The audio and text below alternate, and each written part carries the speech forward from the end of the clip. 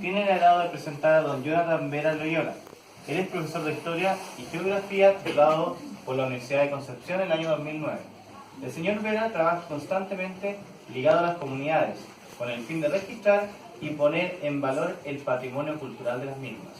Ha participado de múltiples proyectos ligados a la educación popular y talleres de formación tanto educacionales como culturales en diversos lugares del país. De igual manera, como investigador, ha desarrollado trabajos vinculados al rol de los trabajadores y sujetos populares en lo referente al patrimonio cultural inmaterial de los mismos y sus comunidades. Vinculado al ámbito antes descrito, participó como parte del equipo de trabajo del proyecto Fondar Regional año 2016, titulado Rescate, Promoción y Valorización de las Prácticas Culturales de la Cuenca del Río Maule, el cual registró y valorizó los oficios del río mediante la publicación de un libro titulado Oficios del Río Maule, del cual es coautor. Finalmente, como escritor y columnista, tiene otras dos publicaciones a su haber: Una comunidad construyendo buen vivir, Barrio Perla de Maule, y de Vietnam heroico a Cerro O'Higgins, historia de un barrio Maule, los cuales son el resultado de trabajos investigativos en los barrios y la recopilación de testimonios escritos y orales de vecinos de la comuna de Constitución.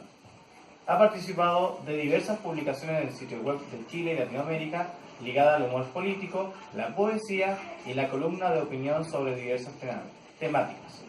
Hoy nuestro invitado tiene el agrado de presentar a la comunidad valenciana la exposición El Río Maule como Patrimonio Cultural y Material de la Región.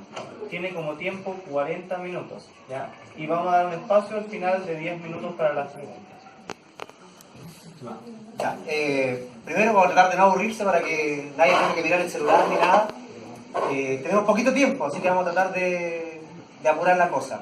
Primero agradecer a la invitación del colegio, de Víctor Valenzuela, mi colega, que conocía un poco este trabajo y me animó un poco a poder venir acá a conversar con ustedes. Espero que les guste. A veces cuando uno le lee esas cosas no se da cuenta de todas las cosas que ha hecho, pero hartas cosas movidas hemos hecho por ahí y por allá. Lo que les vengo a presentar hoy día es un poco el resumen de lo que es este trabajo que tengo acá, que es Oficios del Río Maule. ¿Y por qué nace este trabajo, esta investigación?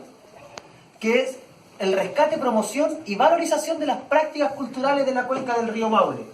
Cuando nosotros hablamos de prácticas culturales o hablamos de un río, siempre lo tenemos que mirar como un cauce de agua. Hay gente que interactúa en ese lugar. Un río siempre causa interacción. O hay gente que va a pescar, o hay algunos que le impide el cruce de un lado a otro de la ribera, o hay gente que, si ese cruce es tan ancho, a veces significa un sentido de negocio. Si es un lugar turístico, hay gente que trabaja en eso. Y eso va generando rigor cultural. La gente se va colocando en esos lugares y va viviendo en ellos. Por eso nosotros pusimos que el objetivo de este proyecto era un poco rescatar quién eran las personas que trabajaban en el río Maule, que es un río muy histórico en el país. Si ustedes lo piensan, sobre todo a la altura en la que viven ustedes, acá fue el paso, los incas no pudieron avanzar más allá hacia el sur, porque el pueblo mapuche lo detuvo en este sector del país. La ciudad de San Javier se funda después de la batalla de la Horcomilla. Estuvo muy cerca acá, entonces este sector siempre ha tenido una importancia histórica bien relevante. Y nosotros por eso nos propusimos un poco rescatar, y por rescatar este valor, luego promocionarlo. O sea, nosotros estamos aquí, yo estoy aquí hoy día promocionando esto. Si nosotros lo hemos rescatado, sacamos este libro, lo guardamos debajo de la almohada, no sacamos ningún triunfo, no significa nada. Y valorizarlo, que la gente encuentre un valor en las cosas. Y sobre todo yo en mi vida me he dedicado un poco a estudiar lo que se llama el sujeto popular. ¿Y cómo lo podríamos graficar popularmente? La gente común y corriente. Nosotros vemos todos los días, por ejemplo, aquí cuando veníamos entrando hay gente que está trabajando en una vereda y ese es un sujeto popular. Nosotros vemos, un trabajador, están trabajando ahí. Pero por ejemplo, ¿qué podríamos investigar ahí? ¿A alguien se le ocurre que podríamos investigar de esa gente que trabaja ahí haciendo esas veredas o no? Por ejemplo, a mí se me ocurrieron dos temas al tiro. Uno, ¿cómo se trabajaba antes la construcción del arreglo de calle hace 30, 40, 50 años? O dos, ¿cuál es el aporte de la población migrante a la faena de trabajo público? Y ahí podemos... ¿Se dan cuenta que a veces es cosa de un poco de ampliar el abanico de pensamiento y poder darnos cuenta las cosas que tenemos ahí por delante? Esta propuesta un poco fue financiada por el Consejo de la Cultura, por eso son los libros tan bonitos y había harta plata para hacerlo. Cuesta producir arte en Chile, cuesta producir investigación en Chile, sobre todo cuando uno ya egresa de cuando uno está en la universidad, ahí está el respaldo de la universidad, uno puede investigar, si la investigación es buena la universidad la publica, pero ya luego cuando uno sale se encuentra con la triste realidad de que el arte y la cultura y la historia no le importa a nadie. Entonces, así como no le importa a nadie, no hay financiamiento para eso. Nosotros aquí estuvimos a través de los proyectos Fondar, que se llama, que uno puede postular y obtener recursos para hacer estas investigaciones. ¿Qué es el patrimonio? ¿Alguien tiene alguna idea de lo que es el patrimonio? ¿Ha escuchado esa palabra? Tienen que haber escuchado porque es como de materia de séptimo y octavo.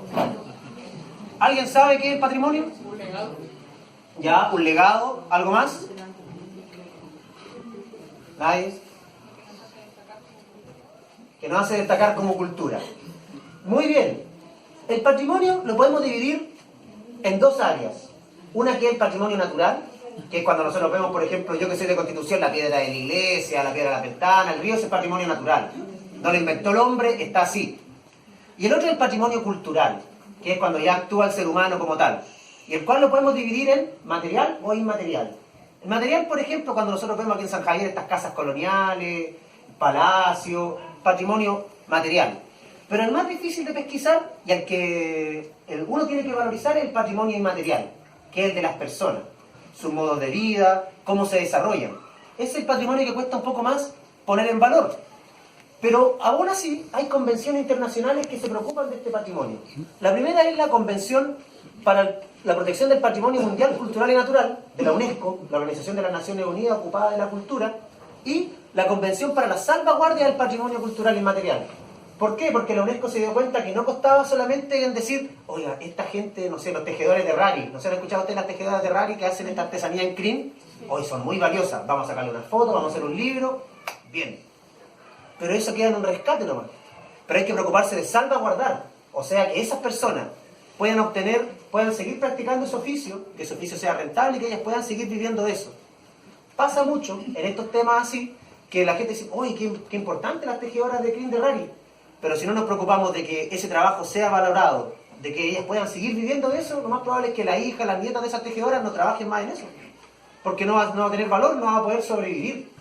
La gente hace cosas para, como se dice popularmente, para parar la olla.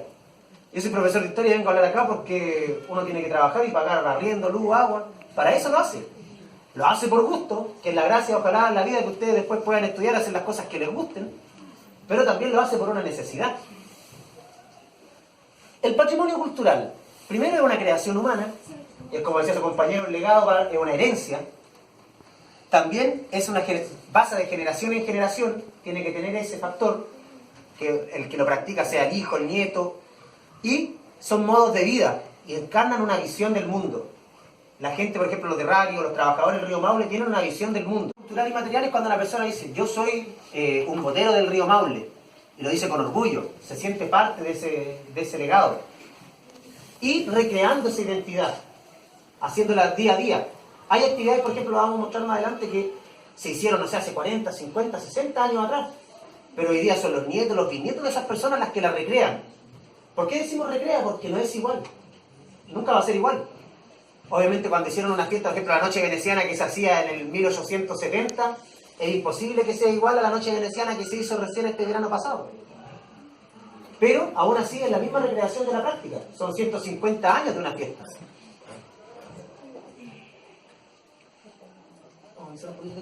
Nosotros cuando planteamos este proyecto tuvimos el chispazo de decir, ¿y por qué yo siempre digo el chispazo? Porque a veces los pasa, y no solo a los chilenos, sino que en todo el mundo decimos, hoy estas personas sí que eran valiosas, eran muy valiosas esta gente, qué lástima que se haya perdido. Y nunca la gente tiene la capacidad de decir, oye, esta persona es valiosa ahora. Y es probable que su modo de vida esté en riesgo, que en 30, 40, 50 años más no conozcamos nada de ese modo de vida si nosotros no hacemos intervención ahora.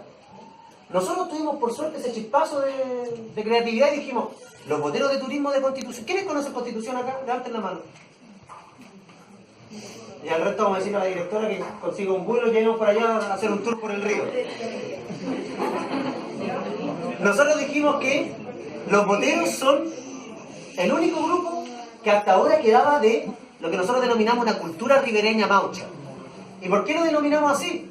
Porque Constitución, la ciudad, se fundó en el año 1794. Es parte de la política de los reyes Borbones de hacer ciudad en el Imperio Español. Fundan esa ciudad, pero la fundan con dos objetivos. Uno, que hicieran embarcaciones de navegación para poder proveer a la corona española de embarcaciones. Y segundo, que esta funcionara como un puerto entre Talcahuano y Valparaíso. Cosa que cualquier embarcación que tuviera un problema o algo pudiera entrar al río Maule, abastecerse y luego seguir navegando. Ese puerto también iba a servir mucho a la oligarquía, a la burguesía de acá de Talca, que eran los dueños de los molinos, los dueños de los campos, para poder sacar su producción agrícola, mandarla por el río Loncomilla, por el río Claro, río Maule, y luego llegar a Constitución, puerto, y empezar a exportar. Ese era el objetivo.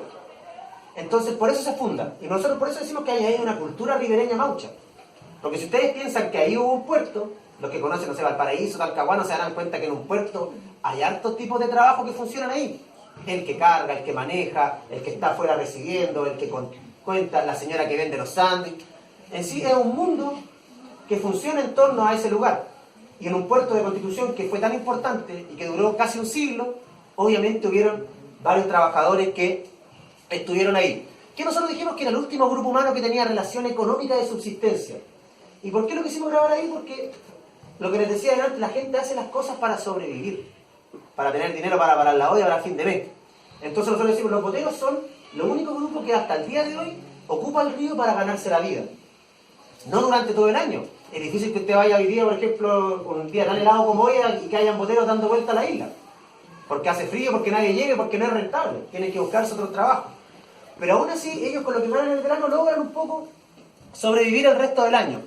Que nosotros dijimos que esta cultura estaba en riesgo de perderse.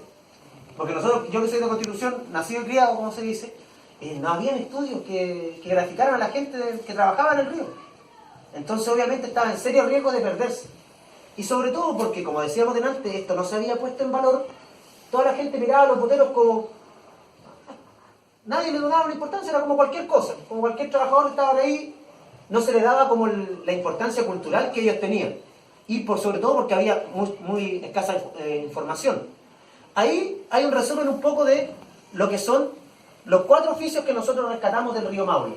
Porque empezamos con los boteros, pero dijimos, oye, en un río que tuvo actividad económica por más de 200 años, no tienen que haber sido pocas las personas que trabajaron ahí.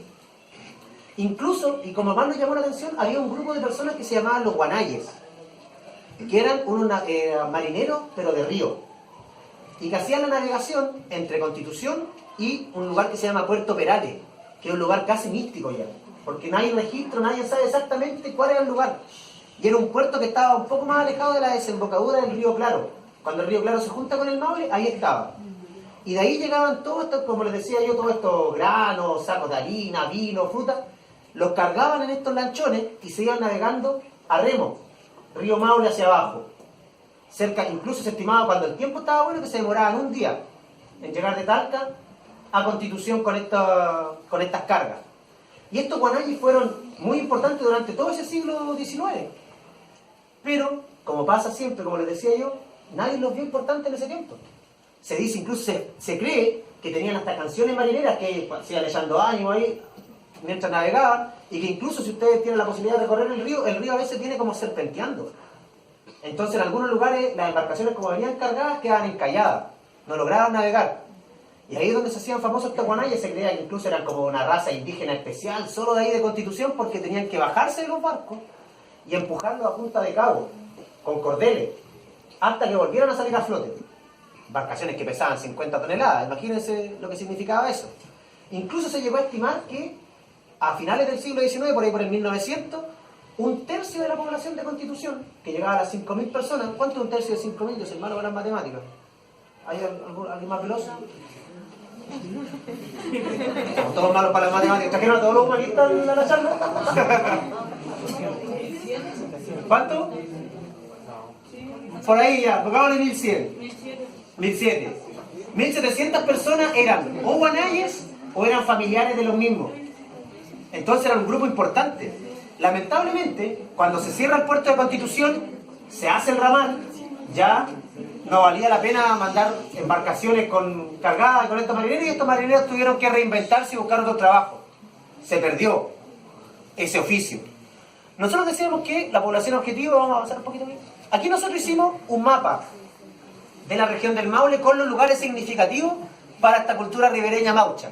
Y ahí aparece la ciudad de ustedes, San Javier de los Comillas. ¿Por qué aparece San Javier de los Comillas? ¿Cuándo se fundó San Javier?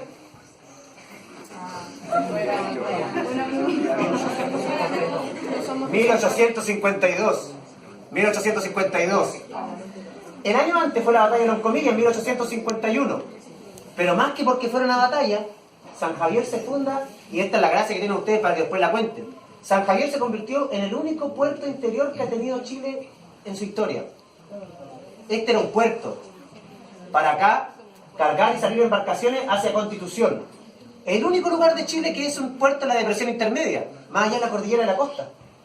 Porque aquí era el único río que tenía la capacidad de poder ser navegado. Entonces dijeron, la gente de Talca, todo esto, los grandes ricos de Talca, que tenían las haciendas, los graneros, todo eso, dijeron, para nosotros es muy costoso trasladar desde nuestros graneros de allá de Talca hasta el río Claro y cargar estas embarcaciones. Entonces, fundemos una ciudad donde nosotros podamos colocar los graneros, hacer la harina aquí a la orillita del río y después mandarla en embarcación hacia abajo. Y por esa razón se funda San Javier de los Comillas, como el único puerto interior que ha tenido el país. Y por eso nosotros lo graficamos ahí. Y fíjense cuáles más graficamos: Villalegre, Linares, los grandes graneros de la región del Maule, para desde ahí mandar por estos ríos. Este es un país diferente el que estamos hablando nosotros. Es un país que no hay carretera, no hay trenes todavía, y la única posibilidad de comunicarse es el mar y el río. Entonces, la manera de desarrollarse económicamente de la zona de acá era decir, fundemos este puerto de Constitución y aprovechemos los caudalosos ríos que tenemos para ir mandando nuestra producción. No pasa nada. Pero imagínense todas las cosas que pasaban ahí, que fue un descubrimiento bien importante, y que para hacer este libro, conversamos con su profesor delante, esto nos tomó a nosotros 1 año 6 meses de investigación, diálogo y recopilación. Ahí estuvimos en la Biblioteca Nacional. Ella Leticia Zapata, quien diseñó este libro, hizo todo logró que esto se pudiera financiar y pudiera estar yo hoy día hablando acá. Ahí estamos en la Biblioteca Nacional buscando diarios antiguos, etc. Y estos son parte de cómo nosotros inventamos esta investigación. Dijimos, los boteros de turismo son las personas importantes, entonces hicimos esto mismo, pero invitamos a los boteros. Y aquí en el Power salían 6 preguntas, donde les preguntábamos a ellos desde cuándo se relacionan ellos con el Maule, cómo hicieron su trabajo, y ahí ellos nos iban contestando. Nosotros grabábamos todo lo que hablaban, después teníamos que estar ahí transcribiendo, muy entretenido esa 1h30, y invitamos a los boteros. Luego ahí, un poco oscura, ahí estaban las personas de las balsas. Antes que hubiera un puente entre Constitución y el sector norte, no había. La única forma de cruzarlo era a través de balsas. Y ahí son las entrevistas individuales. Ahí está Enrique Vergara, el dueño del Capitán Simpson. Ustedes vayan allá a Constitución, van a ver ese barco. Está Jaime Serpa, que es el dueño del Mejillones. El señor que está allá es Miguel Villena, que era el dueño de una balsa muy famosa que recibían un apodo en la ciudad, que eran los karatecas. Y acá es Roberto Huemur, que es una persona que incluso podría tener hasta un monumento, si nosotros logramos valorizar bien todo este proceso, porque él es el único carpintero de Rivera que queda. ¿Cuáles eran los carpinteros de Rivera? Las personas que hacían embarcaciones en madera a la orilla de los ríos, que es un oficio ya está casi en desuso. Lamentablemente don Roberto ahora está ciego, se puede mover muy poco, pero tiene la memoria tan clara que habla y habla y habla y explica todos los procesos que tenía él en relación a la construcción de embarcaciones. Don Roberto llegó a ser tan famoso que aquí están los oficios, como decía yo, y avancemos. Ahí está, carpintería de Rivera, el primer oficio que encontramos nosotros. Y nosotros nos creímos el cuento como equipo de trabajo de oficio del Río Maule y dijimos, ya, para que la gente lo entienda, no vamos a escribir una historia así cronológica. Como si ustedes toman un libro de historia de la biblioteca, empieza el año tanto, como que uno se aburre, ¿cierto? Entonces dijimos, ya, ¿cómo vamos a hacer este grupo humano? Lo vamos a clasificar. Vamos a inventar una clasificación. Entonces dijimos, primero, ¿qué es lo que hacen ellos? El bien cultural, la carpintería de Rivera. Luego, ¿quién es el que hace ese bien cultural? Dijimos, el carpintero de Rivera, ese es su oficio. ¿Dónde se localizaba? Sector El Dique, entre calle Atenas y calle Dena y en Constitución. Ahí estaban los astilleros donde ellos hacían las embarcaciones. Tipología, ¿qué hacían? Diseño, construcción y reparación de embarcaciones. Y ahí nosotros colocamos estado de conservación, lamentablemente en desuso. Ya no se hace ese oficio. Ahí, ¿de qué se trata ese oficio? Hacer embarcaciones de madera nativa. En Constitución, cuando se funda como puerto en 1794, lo funda Santiago Lledera con el objetivo de hacer astilleros, hacer embarcaciones. Porque él ve dos factores bien importantes. Primero la madera, el roble, maulino, toda esta madera que había ahí, y dijeron, oye, aquí está la papa. El río Maule es tranquilito, entonces podemos hacer embarcaciones, tirarla aquí mismo en el río, sacarlas después al Océano Pacífico, y lo más importante, como hay harta madera, podemos cortar la madera y mandar las embarcaciones cargadas. Porque antiguamente ese era el problema de los lugares que hacían embarcaciones. Las mandaban en lo que se llama el lastre, o sea, vacías. Hacían el barco y lo mandaban vacío a Valparaíso. Pero en cambio Constitución tenía ahí el plus de que se hacían barcos y se mandaba con madera. Y eso empezó a permitir el desarrollo de la ciudad. Ahí vemos lo que se llama las cuadernas, cuando ellos las construían. Todo esto muy artesanal. Haya, suela, se dividía más o menos. Ahí está, por ejemplo, pegando la estopa entre tabla y tabla. Todo esto era muy artesanal. Pero era la primera industria que hubo en Constitución. Entonces estaba nosotros dividimos esto en 4, los capítulos los dividimos como, primero, el origen histórico, de dónde empezó este oficio, con el nacimiento de la ciudad. Incluso en el siglo XIX llegaban constructores de embarcaciones de Italia, de Francia, de España, y todo eso se mezclaron para hacer una pura cultura de cómo hacer embarcaciones. La embarcación más famosa que se hizo en Constitución era el falucho maulino, que era como una cáscara de nuez, que se llama así, una cuestión bien vacía, redonda, a velas, y se mandaba nomás a favor del viento. Terminaba siendo algo medio místico incluso, porque se decía que los faluchos no podían volver a Constitución, porque navegaban solo a favor del viento hacia el norte. Entonces no podía volver a la ciudad.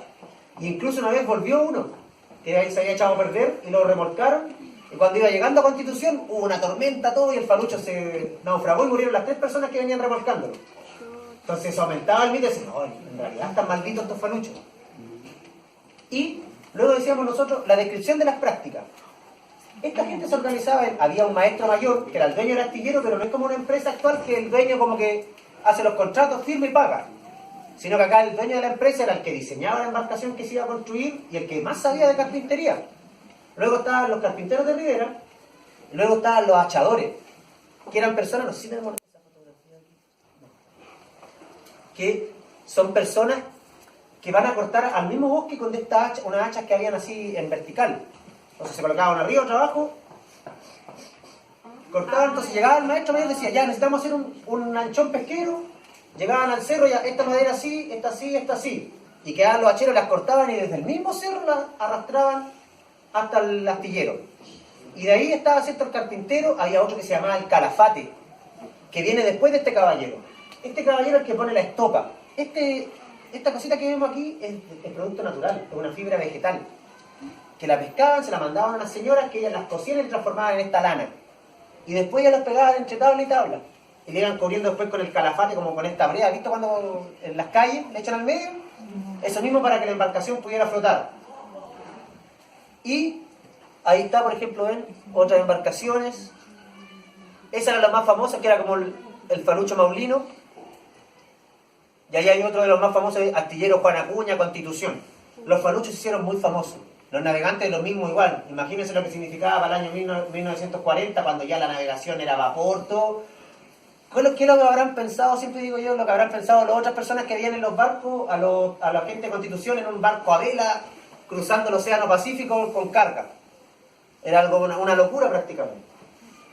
Ellos hicieron muchas prácticas, tenían entre sus recreaciones, entre las festividades, cuando la botadura de un barco, botaban los barcos, ahí rompían una champaña, elegían una reina de esa embarcación, la tenían que bendecir, etc.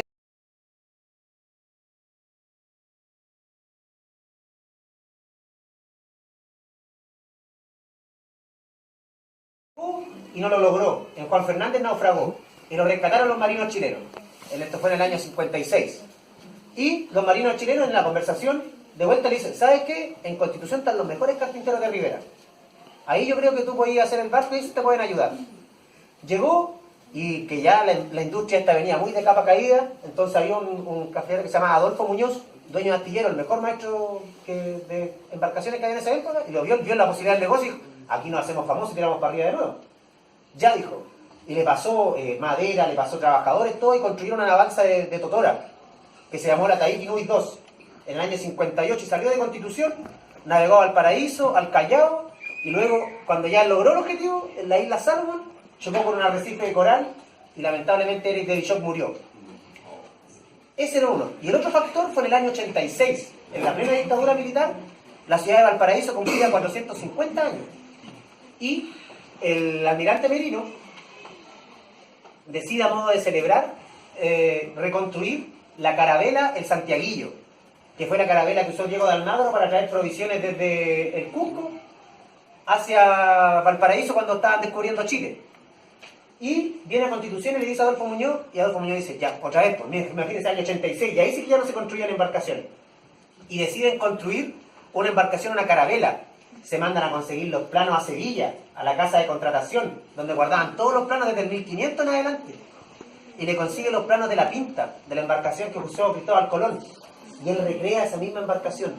Igual, madera, todo, la vela, todo. Incluso después van los marinos a buscar la Constitución y la quieren remolcar. Y él le dice, no, yo construí una embarcación que navega. Así que la vamos a llevar navegando hacia Valparaíso. Y se van navegando hacia Valparaíso, y justo cuando van saliendo lo agarra una tormenta y se pierde la embarcación. Buscándola con helicóptero, la encontraron por allá por Talcahuano. Pero el hombre, la porfiado del Muñoz, dijo, no, sí, yo sé que llega navegando. Y llegó navegando allá hasta Valparaíso. Lamentablemente esa embarcación, pasados los años, ya se perdió. Después creo que estaba afuera de una población que se llamaba Santiaguillo, la habían colocado allá afuera, se terminó destruyendo. Otro oficio que pillamos nosotros fue la navegación fluvial de ribera a ribera. Como yo les decía, el puente en Constitución se construyó en el año 2002. Y antes del año 2002, la única forma de cruzar de un lado a otro de la ribera era a través de balsas. Balsas así como los transbordadores que ven ustedes en Chiloé. Pero aquí balsas más precarias que cruzaban de un lado a otro. Este oficio ya está en desuso, se construyó el puente y fracasó. Pero la última vez que ocuparon este oficio fue cerca de ustedes, cuando se cayó el puente de Loncomilla. Cuando se cayó el puente de Loncomilla, los únicos que tenían una balsa cerca para ocupar era la gente de Constitución. Y nos trajeron y estuvieron trabajando ahí, trasladando gente de un lado a otro. Fíjense, son balsas de madera bien precarias, y la empezaron a ocupar más o menos desde la década del 70. Trasladan gente de un lado para otro. Ellos son los únicos que se ven beneficiados de cuando llega la celulosa Constitución, la industria forestal. Porque habían hartos pinos al otro lado del río. Entonces había que traer esos pinos. Y así fueron creciendo y estuvieron trabajando por más de 30 años. La mayoría de ellas fueron empresas familiares. Por eso nosotros nos encontramos, por ejemplo, prácticas o fiestas que tuvieran ellos. Pero sí, modo de trabajar. Cruzaban de un lado a otro, hacían terraplenes, adaptaban el río. En un momento el río baja su caudal y aparecían como pequeños islotes.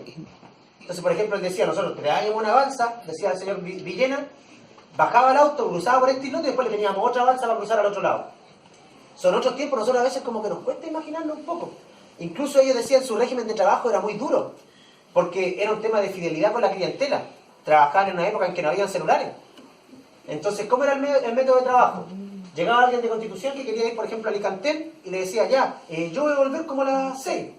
No le cobraban ahí y le decían, no, cuando vuelva usted me paga. Pero entonces, ¿cuál era el compromiso? Que la persona cuando volviera pagaba y que la persona de la balsa estuviera ahí. Porque si la persona de la balsa se iba, no podía cruzar. No había teléfono para llamarlo, nada. Entonces, por ejemplo, ellos decían que tipo 5 de la mañana empezaban a trabajar, terminaban 10 de la noche, 11 de la noche. Decían ellos que habían filas de camiones esperando para poder cruzar porque el que más rápido carga, más plata gana. Les pasaron también, ahí por ejemplo, ven, con camiones ya cruzando.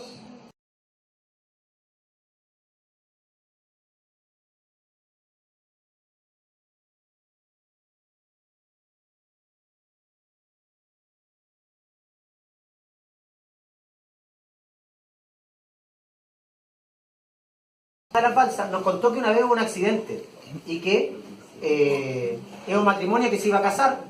Pasaron de Putú a Constitución, se casaron, vuelven y el hombre aprieta mal el freno y pasa con su jeep y cae al río. Y falleció la pareja. Solamente sobrevivió una persona. Esa es la historia y nosotros la tenemos aquí escrita en el libro, esa historia. Como nosotros hemos hecho varias presentaciones de este libro, y la gente va reconstruyendo su historia. Después la señora dijo, oiga, no se iban a casar, ya se habían casado, sino que iban a comprar. Otro dijo, no, yo los conocí, y murió la señora y también murió la guaguita. Entonces uno queda, ¿y bueno, cuál será la historia real? Y ese es el problema que tenemos con la historia local y la historia de los pequeños pueblos. Porque nosotros no tenemos que uno esté anoche, ¿cuál será la historia? Voy a ir a la biblioteca de San Javier a buscar todos los diarios. No hay. Voy a buscar en el libro de esta persona, tampoco está. Entonces la importancia del registro de cómo nosotros vamos viendo esas cosas. No fue solamente ese accidente, hubieron varios. Según ellos, los dueños de la balsa siempre le echaban la culpa a la gente, que ellos apretaban mal el freno, una cosa así, pero algo de culpa tendrán entre los dos. Como les digo, este oficio fue muy rentable, fue tan rentable que incluso siempre decían que iban a construir un puente, no se dieron por enterados nunca, hasta que empezaron a construir el puente y ahí se dieron cuenta, chuta, se acabó el negocio. Pero aún así, trabajaron, lograron, y la mayoría de ellos tienen un buen pasar en estos días. Recuerdan con mucha nostalgia el río, con mucha nostalgia el río. Esa forma de trabajar, el estar ahí, decían ellos, por ejemplo, no sé, cuando ya se arreglaba el clima, como en agosto, ya nosotros, si hacía calor, nos tirábamos un piquero nomás. Cuando teníamos hambre, pescábamos algo ahí en la misma balsa, lo cocíamos ahí mismo. Y después todo, por ejemplo, Miguel Villena contaba que él con su hermano termina la balsa y se compran colectivos. Y trabajan en el colectivo durante todo ese tiempo. Pero él dice, después a mí me aburrió los colectivos, porque antes yo contaba billetes y ahora terminaba contando monedas. Entonces, al final, como que se fueron aburriendo un poco de eso. Y el grupo más importante que encontramos nosotros, y el único que está activo, es los boteros de turismo. Si usted va a Constitución, puede ir, darse una vuelta, hacen diferentes viajes. ¿Cuál es el origen histórico de este grupo? Más o menos del año 1850. Llegaban a veranear a Constitución personas de alto poder adquisitivo y les gustaba salir a pasear, a recorrer por ahí la orilla del río, diferentes lugares.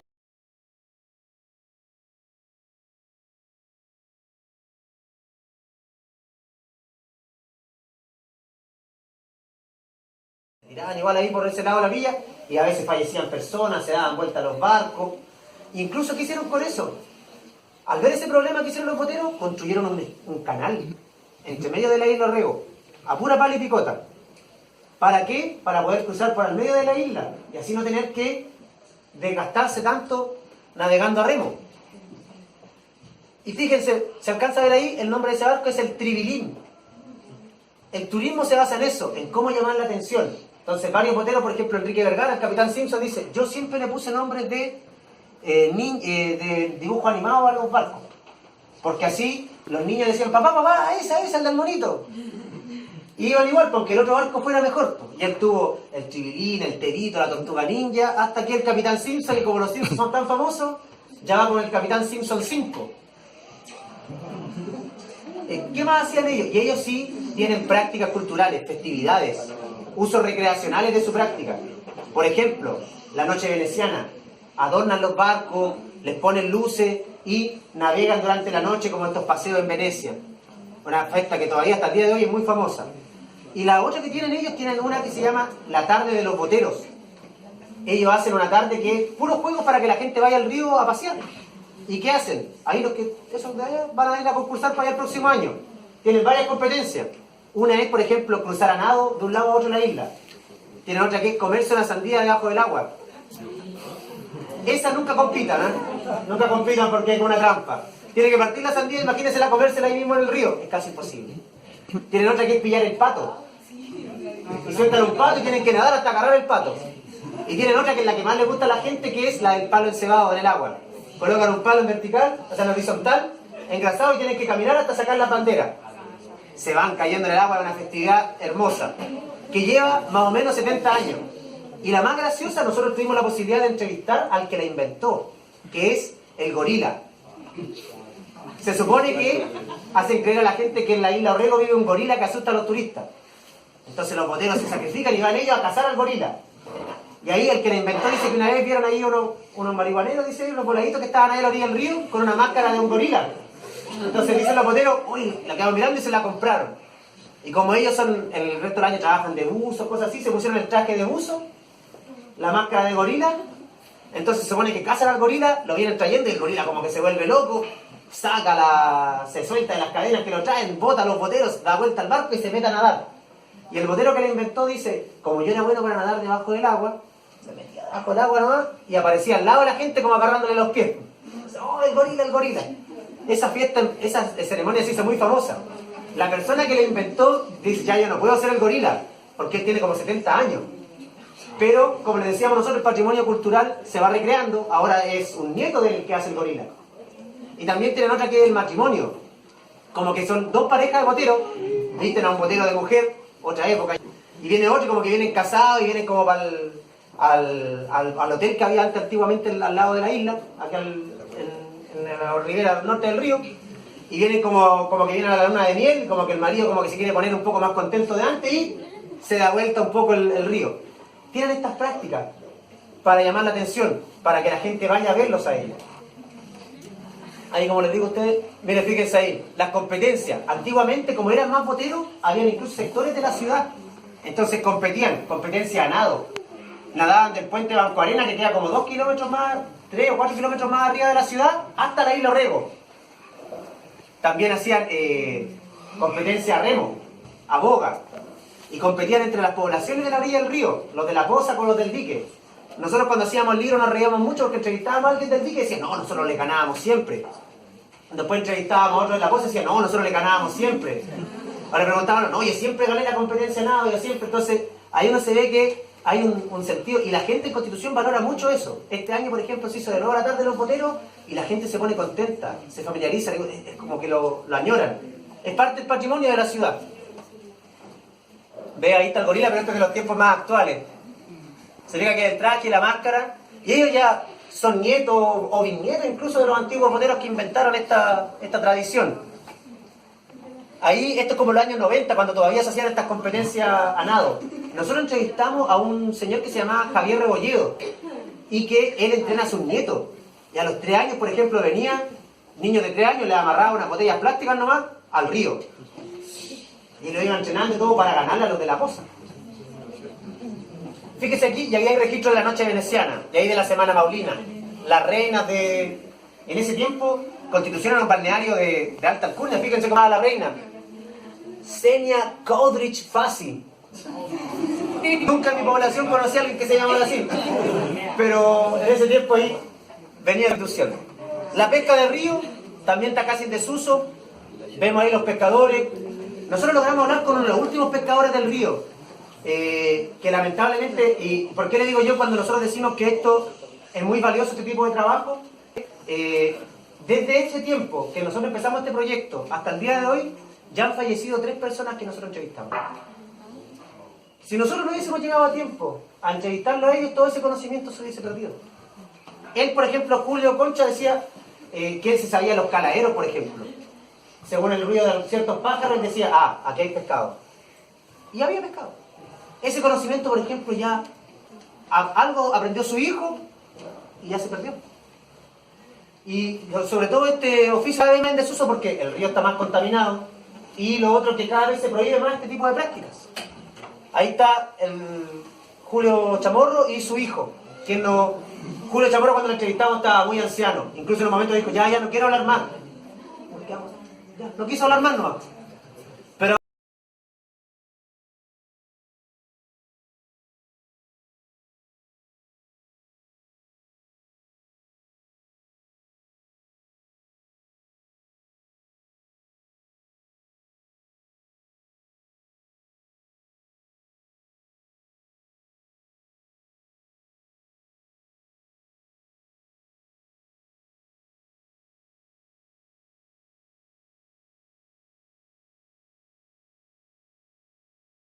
Pero este trabajo lo hacemos para que se conozca él, y ojalá el Estado chileno, incluso él, no recibe sueldo. El sueldo se lo pagan las lanchas cuando entran. Como cada lancha le paga al mes 20.000 pesos. Y me dice, y a veces tengo que andarles cobrando. Entonces cuando nosotros decíamos, ¿y qué pasó? Como, ahí lo descubrimos súper tarde este oficio. ¿Y qué hicimos nosotros? Le hicimos como un regalo a la comunidad, dijimos nosotros. Entonces, ¿qué hicimos? Transcribimos, no hicimos el análisis de él, sino que transcribimos completo la entrevista. Para que dijimos, bueno, quizás hay algún profesor de historia, algún alumno que se interese cuando vea el libro y lo quiere investigar. Porque él decía en la entrevista, bueno, ¿y qué? Un nieto mío, un hijo mío, ¿qué va a querer aprender este oficio si yo vivo en 2 media agua y gano 20 lucas? Pero si nosotros le demos el valor cultural, pero igual nosotros mismos le decimos el valor cultural, le regalamos el libro a él y él no sabe leer. Entonces, como es súper triste para nosotros como investigadores que no lograr todavía poner en valor a don José. Reconstruimos la historia de la cultura ribereña maucha a partir de los relatos y fotografías familiares de sus portadores y portadoras. Se presenta a modo de evidencia de este grupo cultural de sus costumbres. Cómo estos trabajadores se ven insertos dentro de una dinámica regional y nacional. Eso es bien importante, chiquillos. A veces cuando historiadores como yo, por ejemplo, que hacemos historia local, la gente como que piensa, oye, pero esa historia no le gusta a nadie, le importa a la pura gente de Conti. Pero cuando nosotros hacemos historia local, o microhistoria, historia bien pequeña, nosotros también podemos vincularla a la historia nacional. Aquí, por ejemplo, había carpinteros de Rivera porque la única forma de embarcaciones que había eran de madera en aquellos años. Los balseros de turismo, los balseros eran tan famosos porque había una producción industrial, procesos, etc. Entonces, no es solo de Constitución, sino que hablan un poco también de San Javier, de Talca y de cómo todo esto se mezcla para llegar al final a estos oficios. ¿Alguna otra pregunta? Estoy dispuesto a todo. Gracias, agradecer la invitación. Al contrario, profesor, nosotros le agradecemos a usted que No, nos haya acompañado de en nada. la historia. Me dicen que estuvo muy interesante su ponencia. Ellos tienen que decirlo ellos. ¿Todos los alumnos les gustó? Sí. ¿Aprendieron? Sí. Eso es lo importante, ¿ves, profesor? Ya, bien. Pero no lo digan por decir. Se cumplió el objetivo. Ya, muy bien. Oye, yo agradecido por la invitación. Estos trabajos, esta valorización de la gente se hace porque hay colegios como ustedes o personas que nos invitan a nosotros a hablar. Nosotros a veces vemos, cuando lanzamos este libro, nosotros lo hicimos como una pequeña gira. Y lo lanzamos en Constitución, en Empedrado, en Talca, después nos invitaron a Santiago, después hemos estado en otros colegios, hicimos como una gira de colegios, porque también la idea es mostrar unas estructuras con unas fotografías que nosotros rescatamos un poco de las personas. Y ahí, por ejemplo, el día del lanzamiento de Constitución nosotros regalamos el libro. Todo el que fuera ese día del lanzamiento se llevaba con el libro. Y nosotros estimamos, no, van a ir como 100 personas, llenamos el lugar. 250 personas llegaron. Y lo que también fue una respuesta muy gratificante a nosotros decir, oye, teníamos razón, el río Maule era importante para la gente.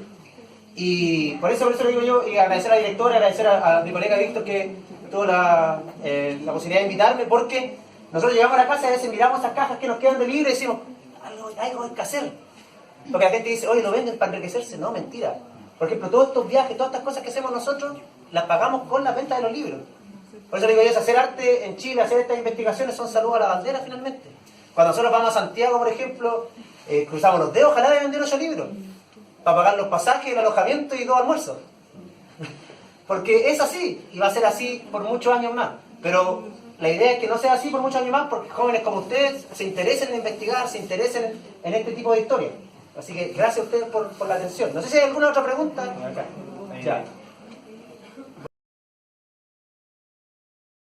También que la historia no solamente son los personajes famosos, las grandes batallas, los hechos históricos, sino que también se puede construir y reconstruir una historia de trabajo.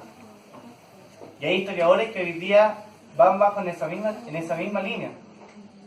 Historiadores nacionales como Salazar, Pinto, Fernando Purcell, Sola Montesinos, pero no solamente ellos que son más reconocidos, sino que también historiadores locales, como en este caso del profesor que está presente hoy día. Entonces, agradecer no solamente la presentación, sino que también hacerle ver a los estudiantes que la historia va mucho más allá de lo oficial.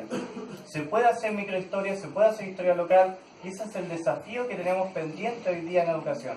Partir desde una historia local, más allá de la historia europea, más allá de lo que pasó en Grecia, en Roma, también tenemos una historia de trabajo y una historia cercana, una microhistoria local, ¿cierto? Así que le damos un aplauso.